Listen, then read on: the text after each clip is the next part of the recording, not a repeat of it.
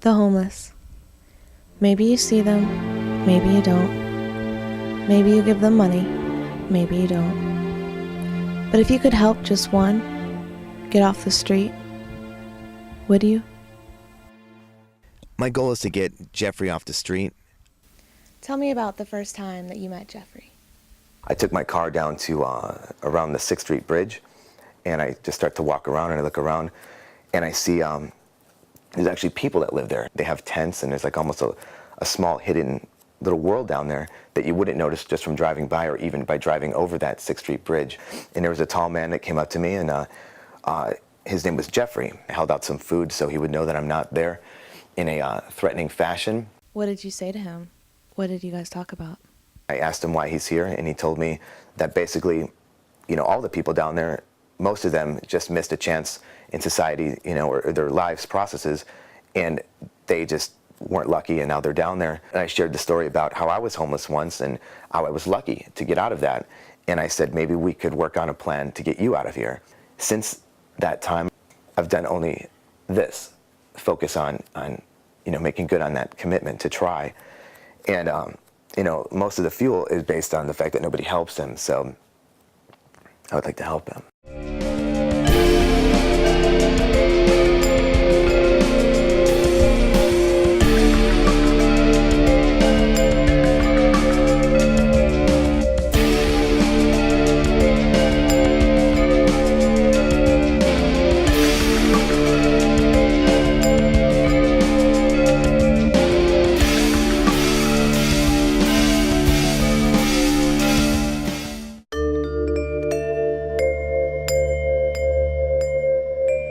We're at the 6th Street Bridge, hoping to find Jeffrey. I had just some clothes for him, and we want to see if we can continue interviewing with Jeffrey.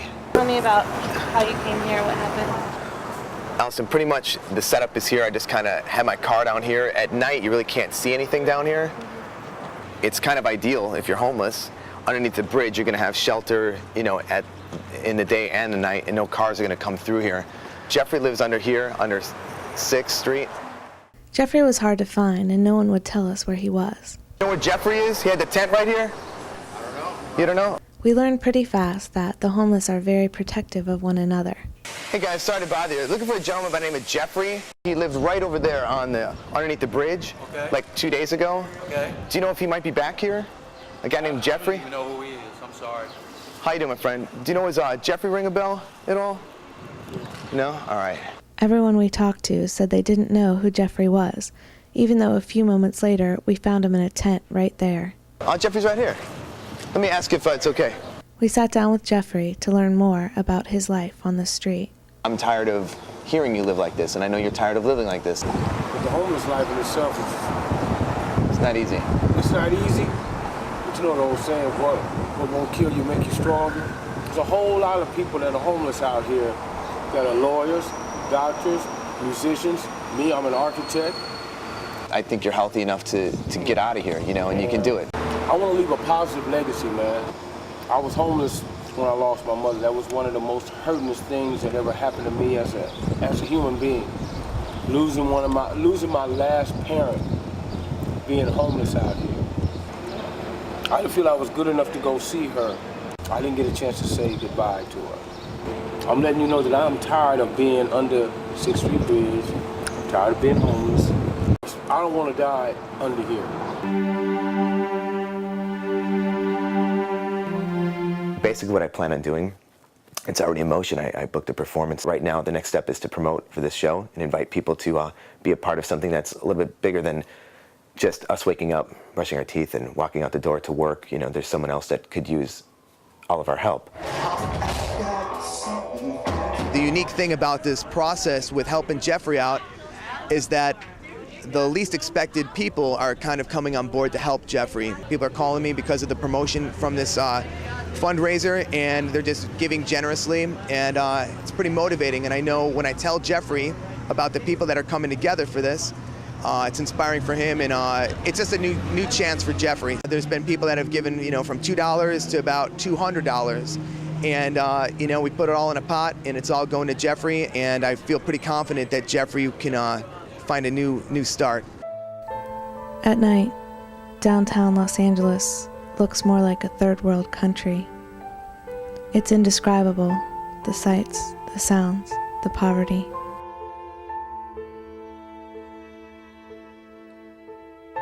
Thousands of people living out of shopping carts, sleeping on the street. They're poor and hungry and destitute. My question is, how can we tolerate this? My definition of tolerance towards Jeffrey's life is to say that I'm actually intolerant of the way you're living, but I care about you, and so that word is, again, congruent with caring. Tolerant means, to me, that you want to help someone regardless of maybe the clothes they're wearing or what color they are or how bad they smell because they don't have a shower. And I originally headed out to raise X amount of dollars to get Jeffrey off the street. The money was raised, but also awareness was also raised as well. And that was something that was, at first I thought just a byproduct, but really it was the most important thing. And when people are aware, they become a little more tolerant and they're a little bit more inclined to extend effort to a situation like this. There's really been no one's life more important to me than Jeffrey's life in the last month and a half. It just takes someone to believe in you. And I think that's really what tolerance is all about.